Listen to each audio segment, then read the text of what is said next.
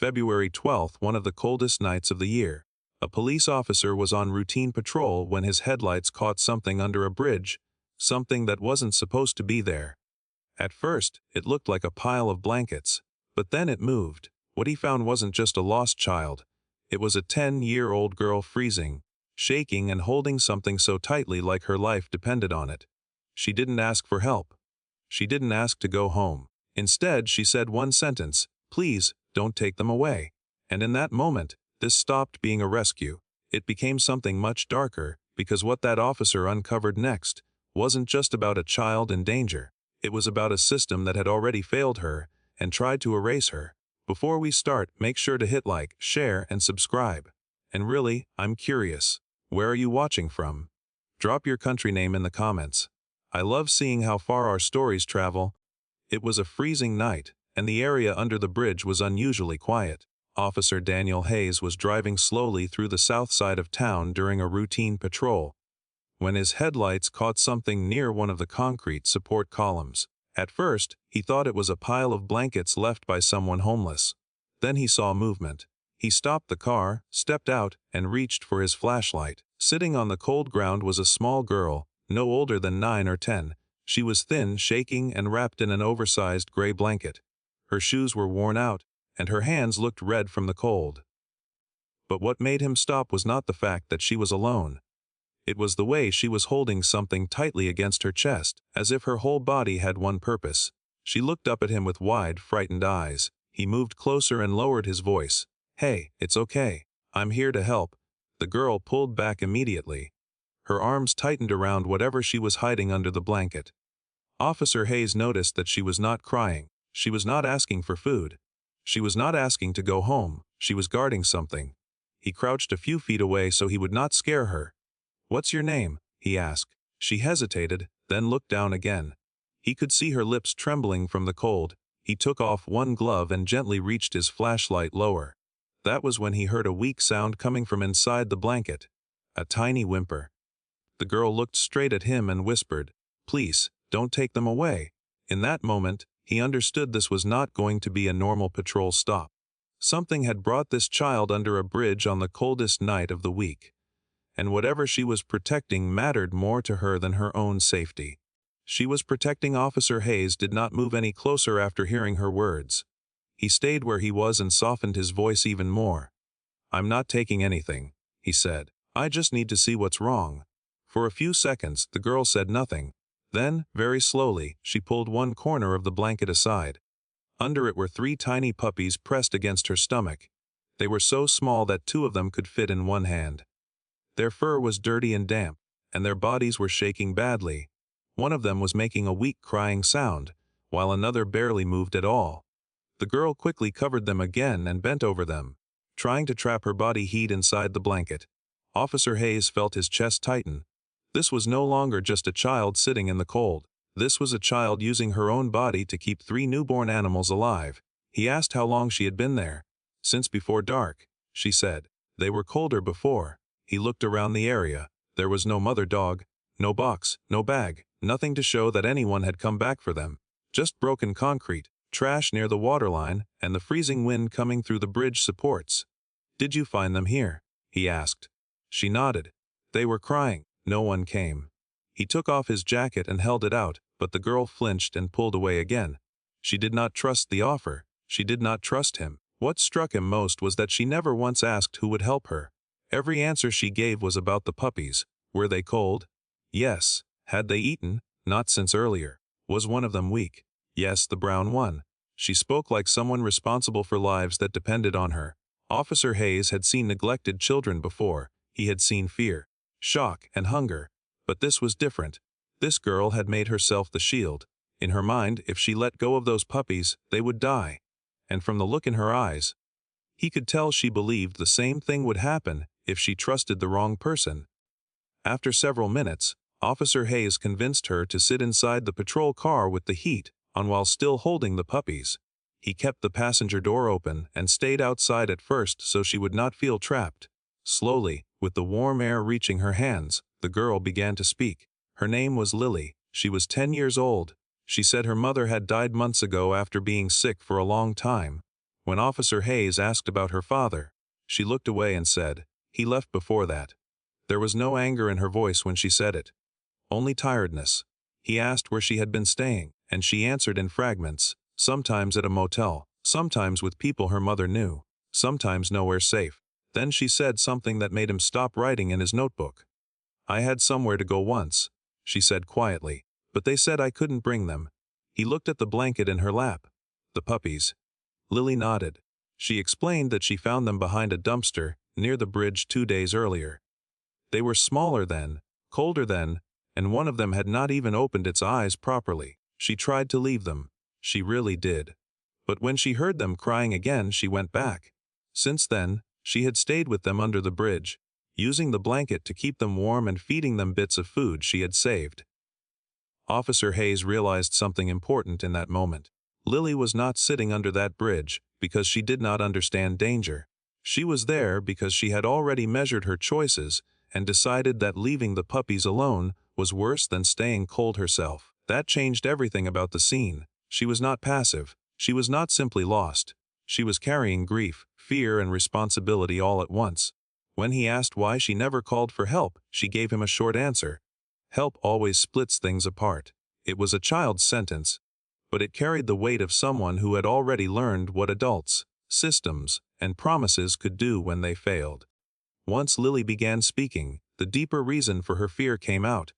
This was not the first time animals had been taken from her. She told Officer Hayes that when her mother was still alive, they once stayed in a temporary housing shelter, where Lily cared for 2 stray kittens.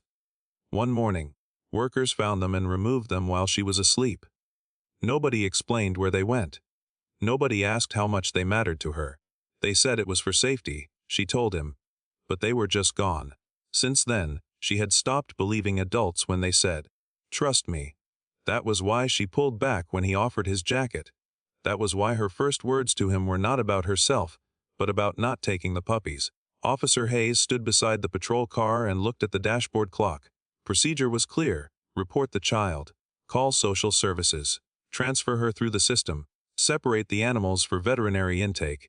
Everything had a box, a form, and a policy. But sitting in front of him was a child who had already been moved, processed, and failed. If he followed every step without thought, he could send her right back into the same fear that put her under the bridge in the first place. He took a breath, removed his heavier winter jacket, and placed it slowly over Lily's shoulders and around the blanket without touching the puppies. "I'm not taking them tonight," he said. "Not from you." For the first time since he had found her, her face changed. She still looked afraid, but the panic eased slightly. He then got emergency thermal wraps from the trunk and asked dispatch for a quiet veterinary standby instead of immediate animal removal. It was a small choice, but it was a real one. He was still doing his job. He was still protecting a child. But he was no longer acting like the rules mattered more than the person in front of him. He had seen enough to know that this night could go one of 2 ways. It could become one more cold report in a long system of reports. Or it could become the first time someone protected Lily without taking away the only living things she believed still needed her. What happened next turned the case into something much larger than a bridge rescue. At the station, Officer Hayes pushed for a full check on Lily's family records instead of filing her as a standard runaway or unattended child. By morning, the first pieces of the truth began to surface. Lily and her mother had not simply lost housing, the way the old notes suggested. They had been pushed out after an illegal eviction from a low-income apartment building that had already received prior complaints. The landlord had changed locks, removed belongings, and forced several vulnerable tenants out without proper notice. Lily's mother became unstable after that. Her health declined, and within months she was gone. Somewhere inside the paperwork, the family's collapse had been reduced to a few cold lines in an underfunded system. But when the full timeline was laid out, it became clear that the girl under the bridge was not there because of one bad choice. She was there because every support around her had failed one after another. Officer Hayes made sure the response did not fail her again. Instead of allowing Lily and the puppies to be separated, he coordinated with a vetted emergency foster placement connected to a licensed animal rescue program. The puppies were examined, warmed, and fed. Lily remained close enough to see them, speak to them, and know they were safe. For the first 2 days, she still slept lightly and woke up whenever someone opened a door. She kept asking whether the puppies were still there. Each time, the answer was yes. Slowly, the tension in her shoulders began to change. A caseworker brought her clean clothes. A veterinarian confirmed all 3 puppies would survive. A volunteer placed a small basket beside Lily's bed so the weakest one could stay near her during recovery. These were small things, but to a child who had lost nearly everything they were proof. Proof that care did not always mean separation. Proof that safety did not always begin with loss. A week later, Officer Hayes visited the foster home after his shift. Lily was sitting on the floor with the puppies asleep beside her. She looked up when he entered, then asked the question she had been too afraid to ask before. "They're really staying?" He nodded and said, "Yes. And so are you?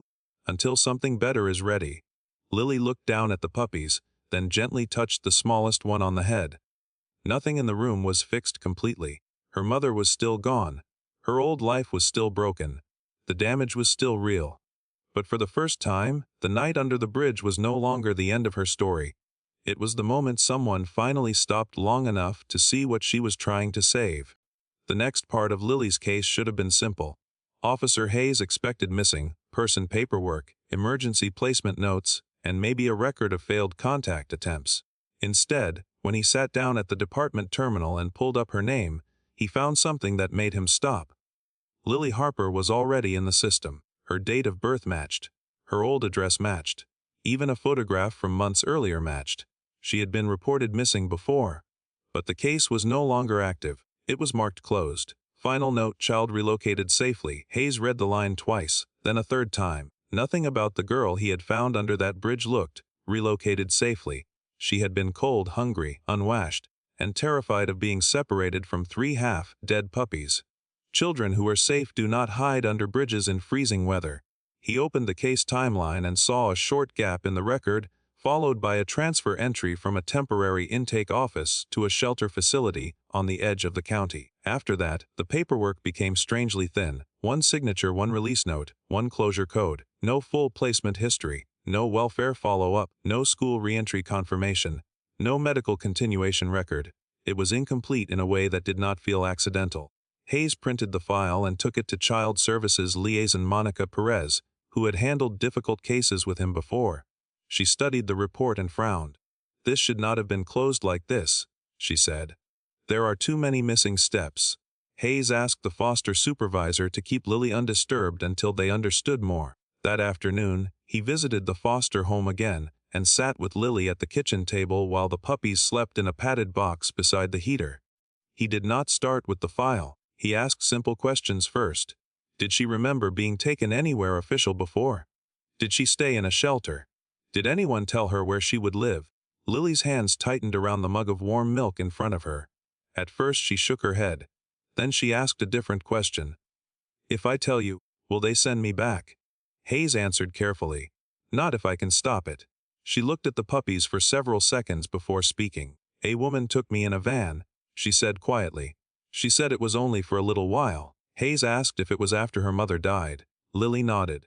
She said she was brought to a building with other children and told it was temporary. At first people there used kind voices. Then the rules became harder. Children were moved without warning. Some disappeared from the sleeping room and were not explained. When Lily asked questions, staff told her not to. One night, she said a man came and spoke with a worker near the office. The next day her name was called. She thought she was finally being taken somewhere permanent. Instead, she said she was driven across town, told to wait near a corner store, and left there. She said someone would come. Lily whispered. No one came. Hayes felt a slow anger build in his chest. "How long did you wait?" he asked. Lily gave a small shrug that children give when time has stopped meaning much. "Until it got dark," she said. Then she added the line that changed the entire direction of the case. "Someone took me," she said, "then left me." That was no longer a story about paperwork errors or overwhelmed services. That was abandonment after state contact. Hayes went back to the station and reopened every part of the file. He flagged the closure, requested chain of custody review on the intake records, and sent an internal notice asking who authorized the safe relocation code. Before the end of the shift, he had one more disturbing detail. The staff ID tied to Lily's transfer note belonged to an employee who had resigned 3 weeks earlier. No forwarding address. No exit interview attached. Someone had closed a child's case, written that she was safe, and let the record fall silent. But Lily had survived long enough to be found. And now the silence around her case was starting to break. Once Lily understood that Officer Hayes was not trying to force her back into the system that had failed her, she began revealing what had actually happened after the case was marked closed. The shelter she had been taken to was not the kind of place she had imagined when adults use the word safe. It was an old converted building with locked side doors, crowded sleeping rooms, and workers who changed often enough that children stopped learning their names. Some staff were indifferent. Others were harsh. Lily said the worst part was not always physical. It was the constant fear of being watched, moved, and silenced. If children cried too much, they were threatened with losing meal privileges. If they asked when they were leaving, they were told they should be grateful. She remembered one older girl trying to report that a staff member had grabbed her arm hard enough to bruise. The next day that girl was gone. No explanation, no goodbye. Lily learned quickly that the building operated on fear and confusion. She tried to stay invisible. She cleaned up after herself. She followed instructions. She kept her head down. But one evening she made the mistake of trying to protect a small injured cat that had wandered into the back alley of the shelter yard. She hid scraps of food for it near the fence. A worker found out, dragged the food away, and slapped the container from her hands. "Nothing stays here unless we allow it," the woman told her. That sentence stayed in Lily's mind. It was not only about the cat. It was about the children too. Lily said she began hearing things at night. Doors opening when they should have stayed locked. Cars arriving late. Footsteps in the hall after lights out. Once, she saw a younger boy being led outside with a backpack and no coat. He never returned to the room they shared. When Hayes asked whether she told anyone official, she gave him a flat look that said she had already learned the answer. No one who worked there felt official in a way that protected children. Then came the night that pushed her to run. Lily woke to shouting in the hallway and saw one of the staff members arguing with a man she did not recognize.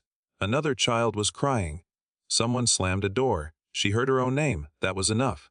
She did not wait to find out why. She slipped from the lower bunk, took the blanket she kept folded at her feet, and climbed out through a damaged rear laundry exit another child had once shown her. It was raining lightly, and the cold air hit her face so hard she almost turned back. But then she remembered the girl who complained and disappeared.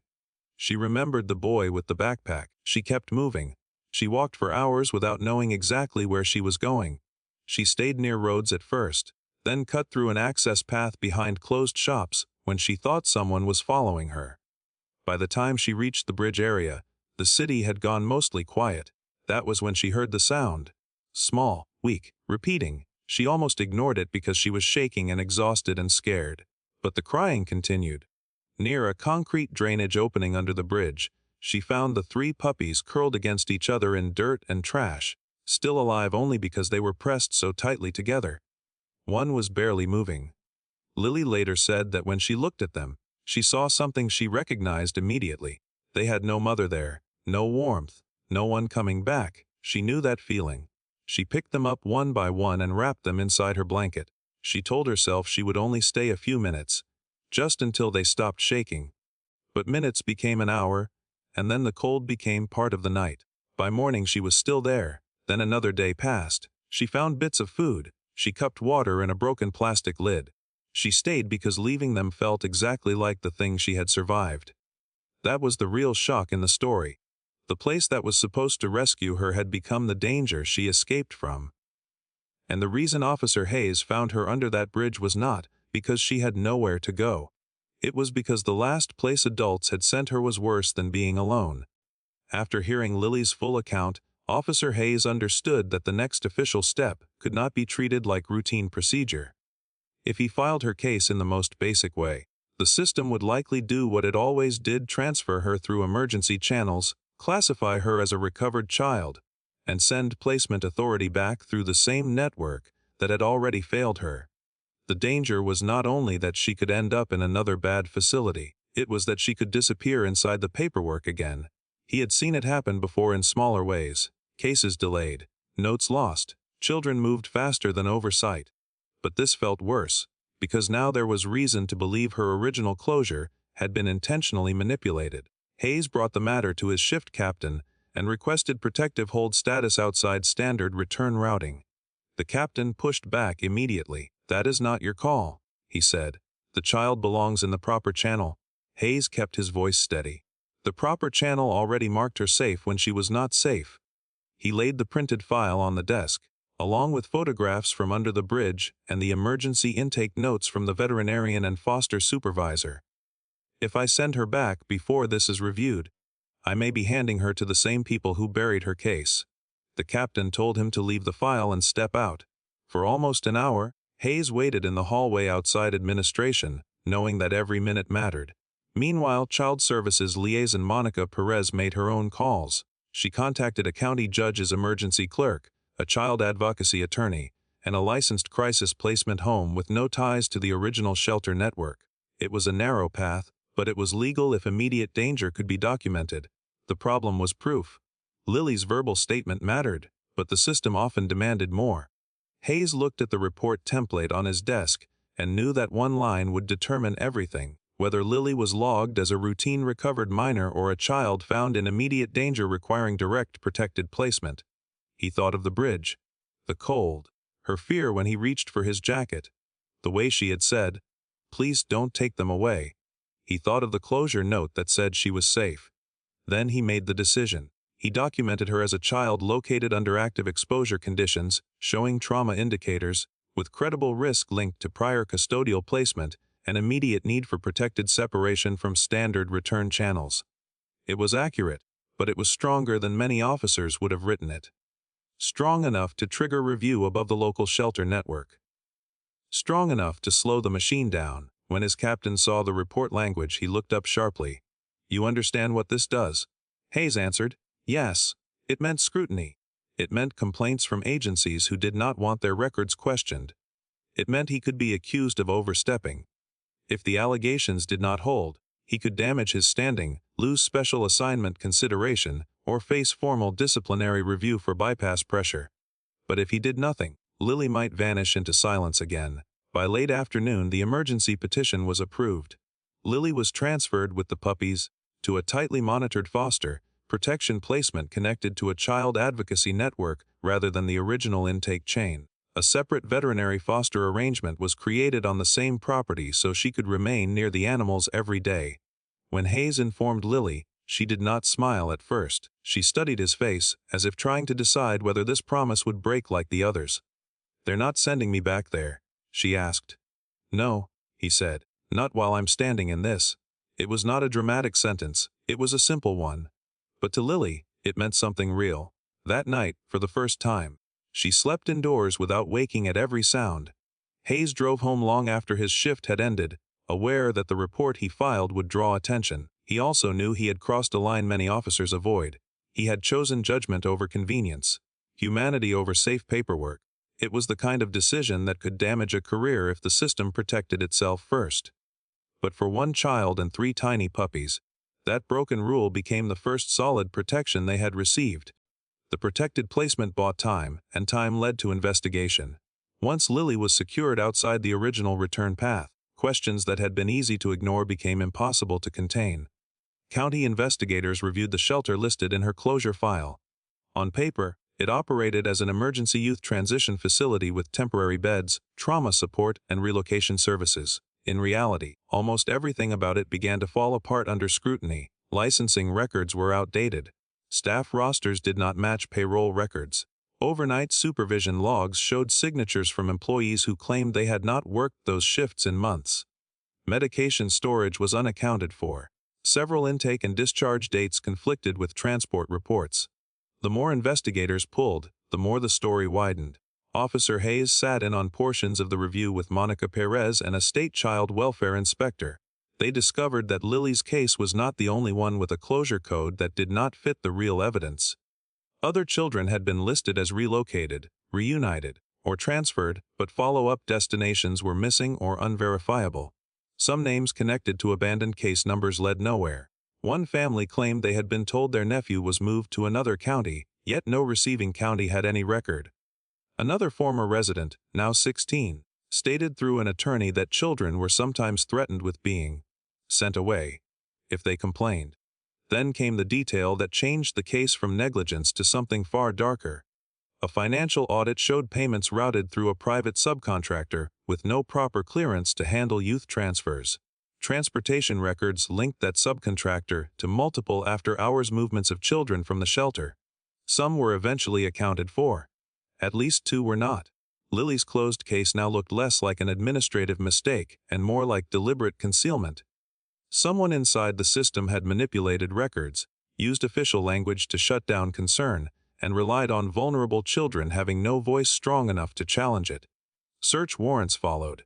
Computers were seized, intake phones were examined, old camera backups from nearby properties were pulled. One former employee was located and questioned after investigators found her ID tied to Lily's final transfer note. She denied knowing the case had been closed falsely, then changed parts of her statement when shown timeline inconsistencies. The shelter director hired a lawyer within hours of the first public inquiry. News spread quickly after a local reporter obtained confirmation that county officials were investigating irregular child placement records linked to a youth shelter. What had started as one officer finding one girl under one bridge became a wider exposure of a hidden network of neglect, false reporting, and possibly unlawful movement of minors.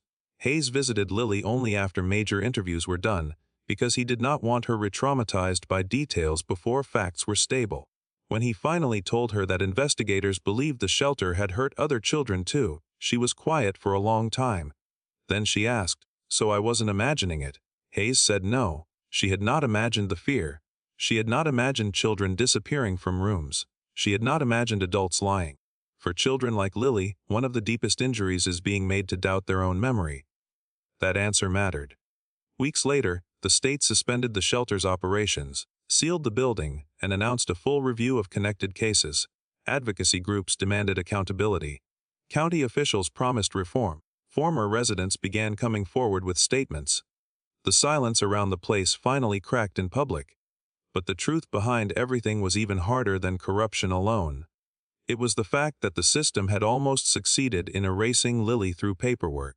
If Officer Hayes had not slowed his patrol that night, if he had driven past the bridge, if he had filed one more standard report without asking deeper questions, the words, "child relocated safely," might have remained the final version of her story. Instead, a girl who had been abandoned, ignored, and nearly buried inside official records became the reason those records were opened. The case was no longer only about rescue. It was about exposure, and once the truth had a witness, it could no longer stay hidden. By the time winter began to ease, Lily's life no longer looked like the night Officer Hayes found her under the bridge.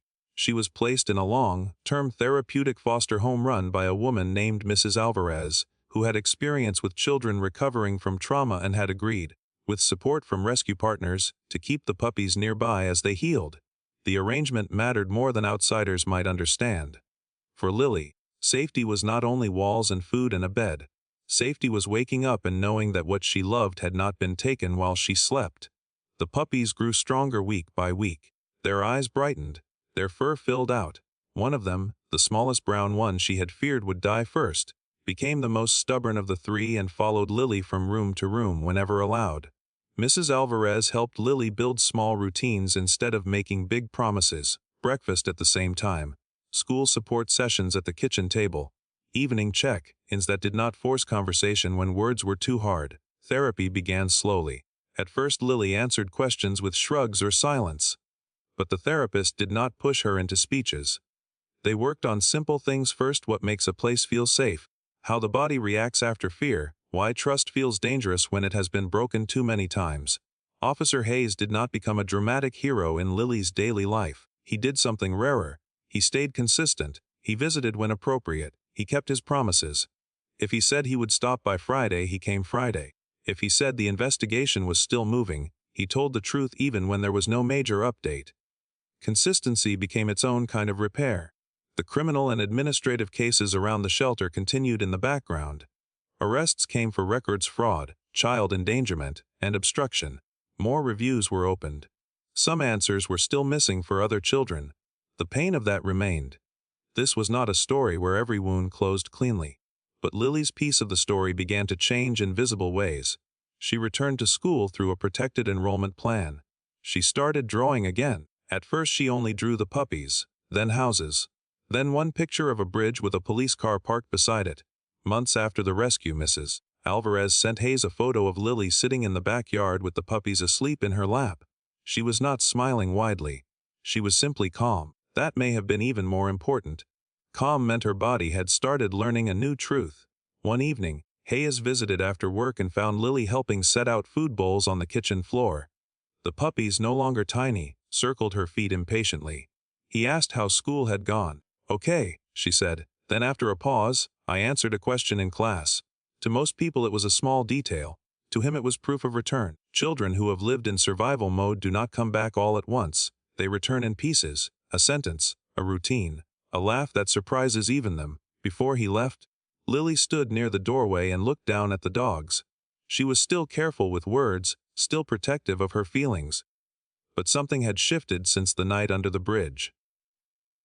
Hayes said the sentence he had wanted her to believe from the beginning. "You're not alone anymore."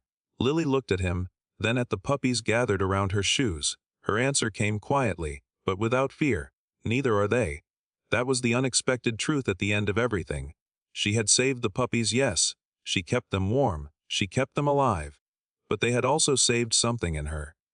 They gave her a reason to keep going when trust was gone. They gave her someone to protect when no one seemed to be protecting her. They kept her heart attached to life when everything else had been stripped down to cold and waiting. The story did not end with a perfect future or a clean forgetting. The pain was still there, the system's damage was still real. But now that pain had witnesses. Now the silence had been broken, and in one warm house, with 3 once shivering puppies finally asleep in safety, a girl who had been treated like she could disappear was finally being seen.